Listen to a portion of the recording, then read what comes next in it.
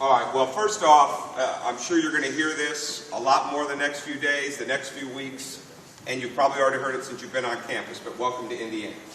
And I know that when we got here in 2008, that we never got tired of hearing that. And when we first started, believe it or not, the friendliness of people, the way that they treat you in Indiana, the way they care about it, the way they care about this program, the way they care about this school, it helped us through a lot of hard days. Because most of you were just starting high school or in high school when we took over here in 2008. And it was unlike the Indiana basketball that you had watched when you were younger, or that your parents, or your grandparents, or your aunts and uncles, your coaches, your teachers, it was unlike any of that. And the only way to truly get this program back where it needed to be, it had to be a team effort. And it starts with the friendliness.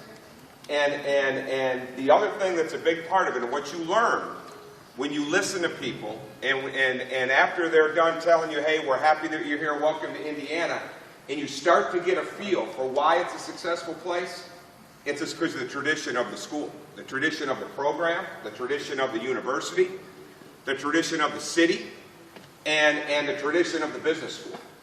And it's great that you're taking a tour. If you were to go work for Disney, anybody ever worked for Disney in the summertime in here? Well, if you ever went to work, back there we have somebody. If you ever went to work for Disney, one of the first things you do for a couple of days is you do a process called traditions. And they take you through the entire procedure.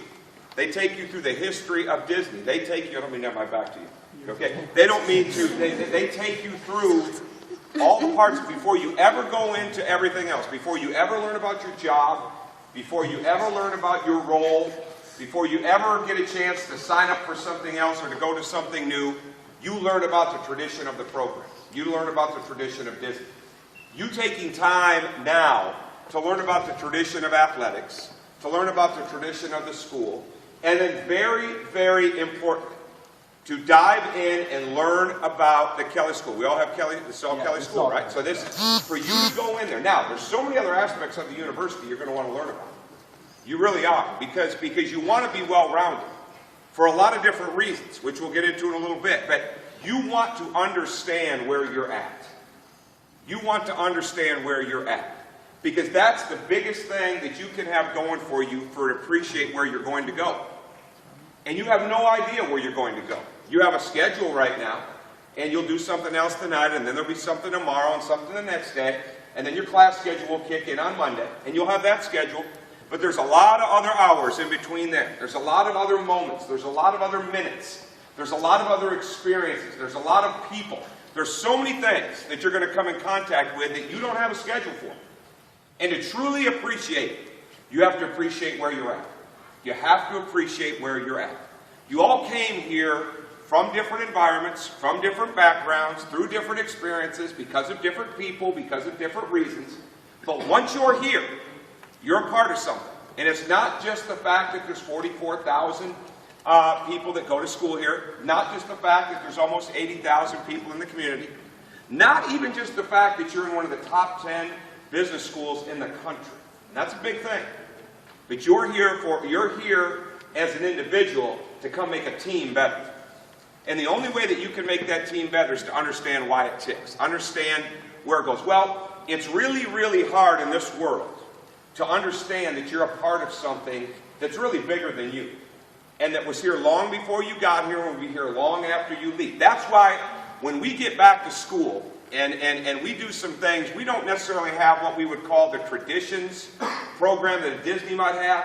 But our players next week, they come through here all the time. Well, we'll come through here and we will look at these walls. We will walk up top. And I encourage you to do that if you haven't already. Now, they know where their locker room is, and they know where the court is, and they know what the codes are and things like that. But they need to come in and they need to understand what they're walking into every day. They need to look at those trophies.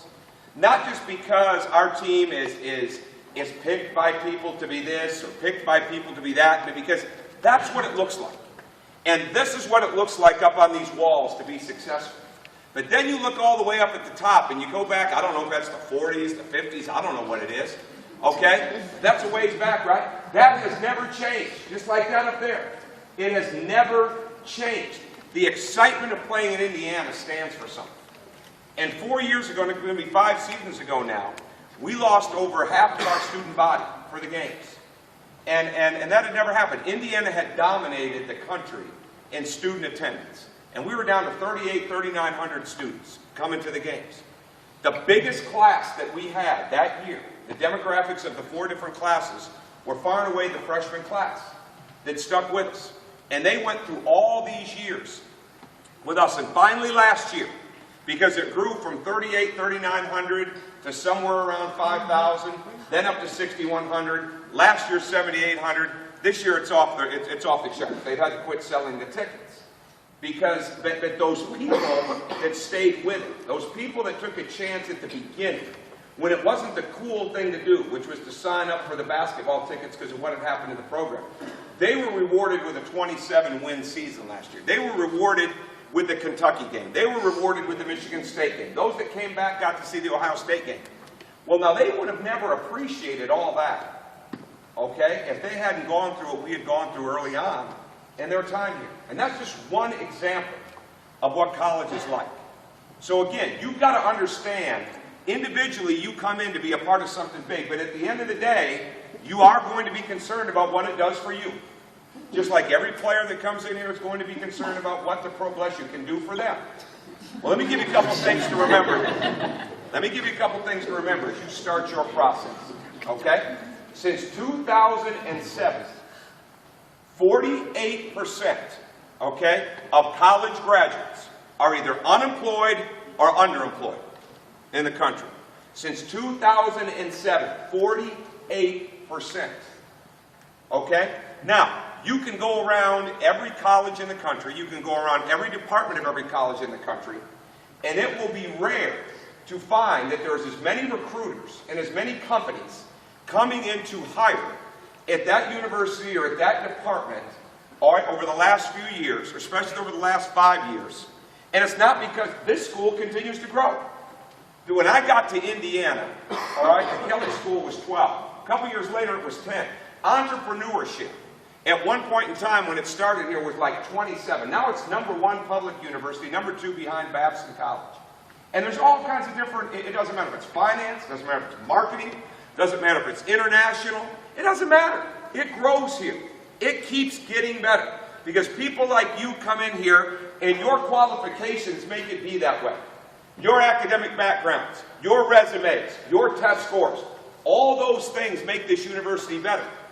But at the same time, it's getting harder and harder to get the jobs that you want because the economy is so different. Because the world right now, it's in flux. And it's not just because we're in an election year, and it's not just because of this or that. It's because it is. And it's not just the United States, it's the world. It's the world. And you've got to find a way to stand out above and beyond that. And the hardest thing is going to be, you're going to look at that and the first thing you hear, okay, when you hear, well, 48%, that's not going to happen to me. It can't happen to us. It can't happen to all of you. You are only going to be as good at this university as what you put into the next person. It's what you put not only into your classes, but what you put into your study. It's not only what you put into to what you take in business, but what you take in health, what you take in science, because you are building your skills. This program does not get better, okay, if we just show up in the first day of the first practice in October, right after Hoosier Hysteria. Well, we decide we're going to play hard at the first game, or we decide now it's conference season and now we're going to take it up a notch. We have to be at a high level every day. And that's really, really hard. It's really, really hard, especially in the world we're in right now. Because ever since the season ended and Kentucky won the national championship, and the predictions start, well, Indiana's going to be #1. Indiana's going to be #1. Indiana's going to be #2. All those types of things. And the reason I know this program is moving in the right direction right now is because we just had an incredible summer. Now, Cody's back there, and I'll brag on him for a minute. When he got in here, okay, he was probably at about 217, 218 a year ago. He could lift 185, which is a real big benchmark. 225 is a big benchmark for football. Well, 185 is a benchmark for basketball. He could do it 10 times. All right, in the year that he's been here, he's got himself up to around 240. He benches 305, okay? His legs, he can bench over 400. And he went from doing 10 times 185 to 22 times 185. He's grown at least 3/4 of an inch. Okay, 6'12" right now. Okay,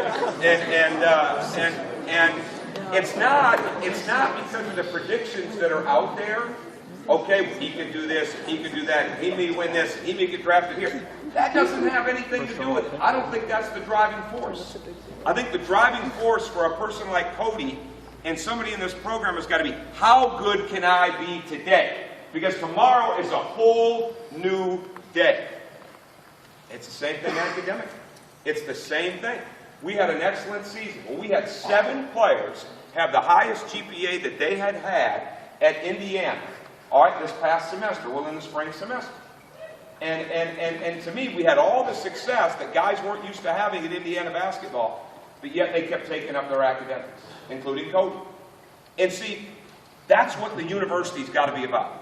You don't have to be a 6'12" basketball player, okay, like he is, because he doesn't want to be 7 foot.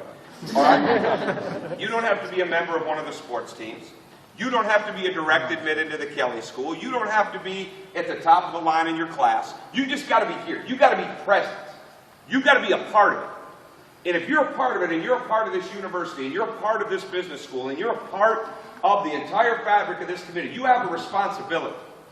You have a responsibility to be better every day. Every day.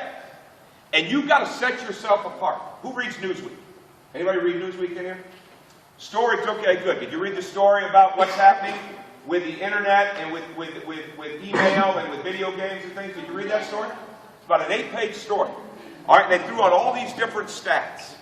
And they found that teenagers right now, on average, send 3,700 texts a month.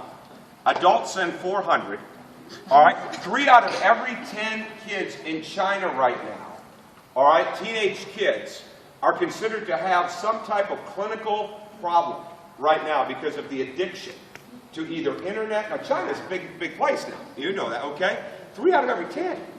All right, this is the first year, all right, that an internet addiction type of recovery program or that where internet addiction, all right, is being classified, okay, it's like anything else. It's like any other disease. It's like a problem. And so much of what you're doing right now in college, okay, it's going to be, you're going to have those requirements. Well, I can email this, okay, Facebook, texting, tweeting, all right, iPads. I can do all these different things. But yet, if you lose the ability to have conversations with people, if you lose the ability to help somebody verbally, physically, if you lose the ability to go and directly talk to a teacher, to a professor, to a teacher's assistant, to an administrator, if you lose the ability to connect with people face to face, well, you're putting yourself at a disadvantage. So you've got to figure out how to do both. I mean, technology's here to stay. I mean, it's not like you're going to put your phone down or put your iPad down or your computer down. I'm not saying that whatsoever. You've got to figure out how to bridge the gap. You've got to figure out how to be better every day. Because now, getting back to tradition, when you go through that Kelley school and you start to look at who's been to this school, and you start to look at the people that have graduated from here, that have come back, that have given back, that are a part of it, when you start to look at, have you seen who is presented here in the last 4 or 5 years? Has anybody seen those lists? We send them out to our recruits because they're so impressive. When you start to look and when you start talking about the Warren Buffetts and the Marshall Goldsmiths and the John Chambers, all these different people, they're either been to Indiana to speak or connected to Indiana through the undergraduate or the graduate programs, it blows you away. That's where you're at. That's where you're at. Now, you can't be centered on, you know what, someday I'll be that person. Someday I may be that person. Someday I may come back. Because that's going to get you off track. But if you look at it and say, you know what, if that person came back here right now and they had a chance to talk to me, I would hope that they would see enough in me that they would want me in their company. Even if I had 5 minutes or 10 minutes. I would hope that when they met a professor in one of my classes, or they met a teacher's assistant over here, or they met the dean over there, or they met the administrative assistant there, or the secretary back there, that I would have made an impression because I'm going to make an impact here. Not at the expense of anybody else, but because I'm going to come in and help other people be better. Those are the people that are in high demand in this world right now. Anybody can find a mercenary. Anybody can find an independent contractor. Anybody can find a temporary worker. Anybody can find somebody with really nice grades and a really nice resume and a pretty good pedigree. It is really, really, really hard to find well-rounded people. It is really hard to find somebody that is technology, sound with the technology, but yet can converse and have a communication ability that people just want to be around you. You got to figure out how to be that person. You got to figure out how to be that group. You've got to figure out how you're going to be that way. Because when people do come in here, and people do look at the Kelley School of Business, they know the tradition. They wouldn't come. They know it's world-renowned. They wouldn't look to hire people. When those people come back, they know there's a bang for their buck. They know when they invest in Indiana, the Kelley School of Business, that it's a big deal. What you've got to do is you've got to continue to show people why that is. You've got to separate yourself by separating other people. This program is only as good as the least worker in it. This program is only as good as the least player that gets in it. We're not only as good as the best player, we're only as good as the least player. Because you know what? We're going to be faced with a situation somewhere this year where, as good as Cody Zeller is, he's not going to be on the court at some point in time to help us win a game that we're going to need to win. That's what the law of averages would show. Christian Watford won't be on the court. Jordan Hulls won't be on the court. Something will happen. Foul trouble, illness, who knows? Something's going to happen. Well, if we don't have a team of guys that we can go to that bench and get the same amount, that we can get the same level of effort, the same level of energy, the same level of enthusiasm, the same level of teamwork ability, we're not going to win that game. And that's the same with you. You're going to start being faced with presentations. You're going to start being faced with groups. You're going to start being faced with projects. Okay? We had one today with the athletic department. I was sitting there, we all counted off by 6, and I'm sitting there with 3 people I'd never met. And the worst thing I could have done is, I'm the head basketball coach, I'm just going to sit here and read this, and I don't have to add to this, and let them do it. Man, I got more out of it. I don't know if anybody got more out of it than I did in an hour and 20 minutes. Because we were sharing ideas. Because that's what I love more than anything else. I'll go back in there, I'll be watching some tape of some European teams that I've wanted to study over the last couple of weeks. Because I get something from that. Now, what are you going to do? How good are you going to be in your group projects? You going to mail it in? Okay? Or worse yet, you going to let the person that's trying to mail it in do that? You going to do all the work and not try to make this person better? You got to exhaust everything you can to get the most out of every situation that you're in. Are you going to read the right stuff? Are you going to subscribe to the right magazines? Are you going to Google the right kind of searches? Are you going to study newspapers? Are you going to study bloggers? Are you going to study magazines? Okay, not very many hands went up, and I wouldn't have read Newsweek when I was 18 either. Boy, I wish somebody would have told me to. I wish somebody would have told me to be reading Time. I wish somebody would have been told me to read Inc. I wish somebody would have told me to read Fast Company. I'm going to read those as much as I read ESPN, the magazine, or Sports Illustrated. Because that's the innovation. All right, there's people out there, there's people all across the world that are changing the world because they're innovative, because they're creative, because they want to be teammates. You got to find those people. You got to find them. You've got to find them. Whether it was your grades, whether it was your scholarships, whether it was your parents, whatever it was that got you here. And there's a combination, I'm sure, of many, many things that got you here. You're here. You're here. What will you do with it? What will you do with it? And I want to leave you with one last thing. And this doesn't have anything to do with the Kelley School, but it has everything to do with being a part of this university. You are going to meet people over the next few days and the next few weeks. They're going to go to the extremes.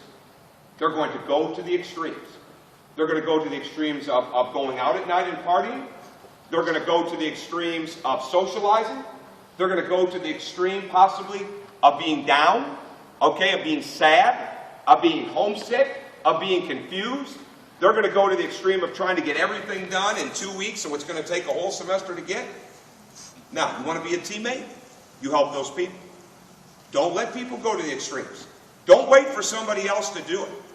Okay? The world is such a place where being demanding is looked at as a negative thing. No, no, no, no. If you're trying to help somebody, all right, that's what we're here to do. That's what we're here to do. We are here to help each other be better. We are here to make each other be better. Don't wait, okay, for somebody else to step in when you could have done it yourself. That doesn't mean you've got to belittle somebody or scream at somebody or chastise somebody, okay?